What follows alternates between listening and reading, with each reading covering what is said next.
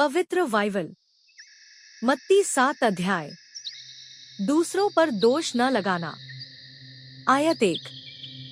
दोष मत लगाओ कि तुम पर भी दोष न लगाया जाए।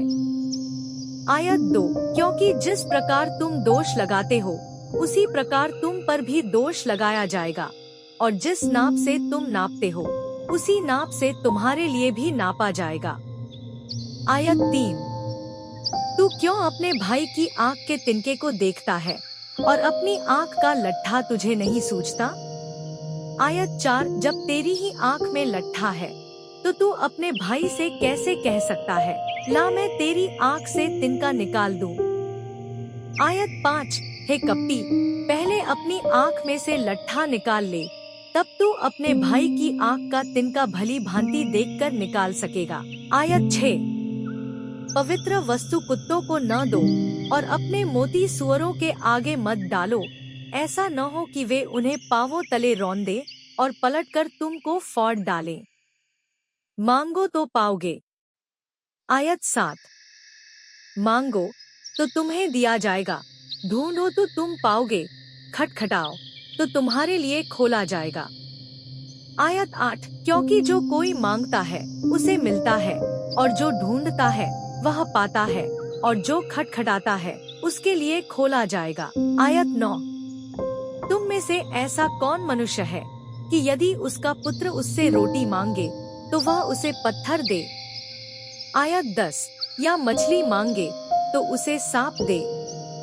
आयत 11। अतः जब तुम बुरे होकर अपने बच्चों को अच्छी वस्तुएं देना जानते हो तो तुम्हारा स्वर्गीय पिता अपने मांगने वालों को अच्छी वस्तुएं क्यों न देगा? आयत 12। इस कारण जो कुछ तुम चाहते हो कि मनुष्य तुम्हारे साथ करे, तुम भी उनके साथ वैसा ही करो, क्योंकि व्यवस्था और भविष्यद्वक्ताओं की शिक्षा यही है। सकरा और चौड़ा मार्ग। आयत 13। सकेत फाटक से प्रवेश करो, क्योंकि चौड़ा है वह फाटक और सरल है वह मार्ग जो विनाश को पहुंचाता है, और बहुत से हैं जो उससे प्रवेश करते हैं। आयत 14। क्योंकि सकेत है वह फाटक और कठिन है वह मार्ग जो जीवन को पहुंचाता है, और थोड़े हैं जो उसे पाते हैं। जैसा पेड़ वैसा फल। आयत 15। झूठे भविष्यद्वक्ताओं से सावधान रहो, जो भेड़ों के भेष में तुम्हारे पास आते हैं, परंतु अंतर में वे फाड़ने वाले भेड़िए हैं। आयत 16। उनके फलों से तुम उन्हें पहचान लोगे। क्या लोग झाड़ियों से अंगूर या ऊंटकटारों से अंजीर तोड़ते हैं? आयत 17। इसी प्रकार हर एक अच्छा पेड़ अच्छा फल लाता है और निकम्मा पेड़ बुरा फल लाता है। आयत 18। अच्छा पेड़ बुरा फल नहीं ला सकता और न निकम्मा पेड़ अच्छा फल ला सकता है। आयत 19। जो पेड़ अच्छा फल नहीं लाता वह काटा और आग में डाला जाता है। आयत 20। इस प्रकार उनके फलों से तुम उन्हें पहचान लोगे। आयत 21। जो मुझसे हे प्रभु कहता है, उनमें से हर एक स्वर्ग के राज्य में प्रवेश न करेगा, परंतु वही जो मेरे स्वर्गीय पिता की इच्छा पर चलता है।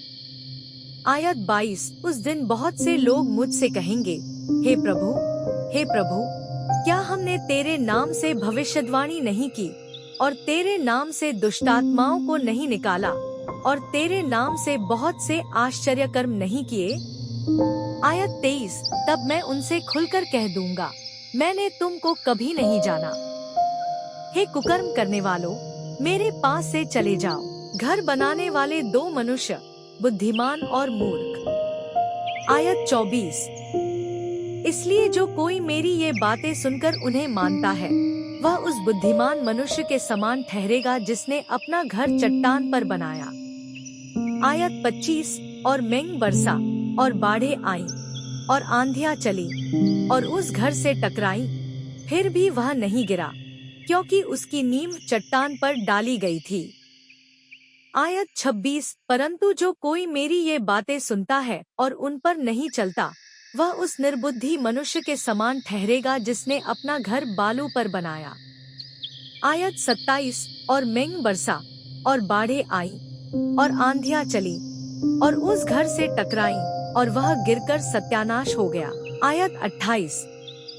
जब यीशु ये बातें कह चुका तो ऐसा हुआ कि भीड़ उसके उपदेश से चकित हुई। आयत 29। क्योंकि वह उनके शास्त्रियों के समान नहीं परंतु अधिकारी के समान उन्हें उपदेश देता था। धन्यवाद। परमेश्वर का परिवार प्रार्थना भवन, वेल्लोर, तमिलनाडु राज्य।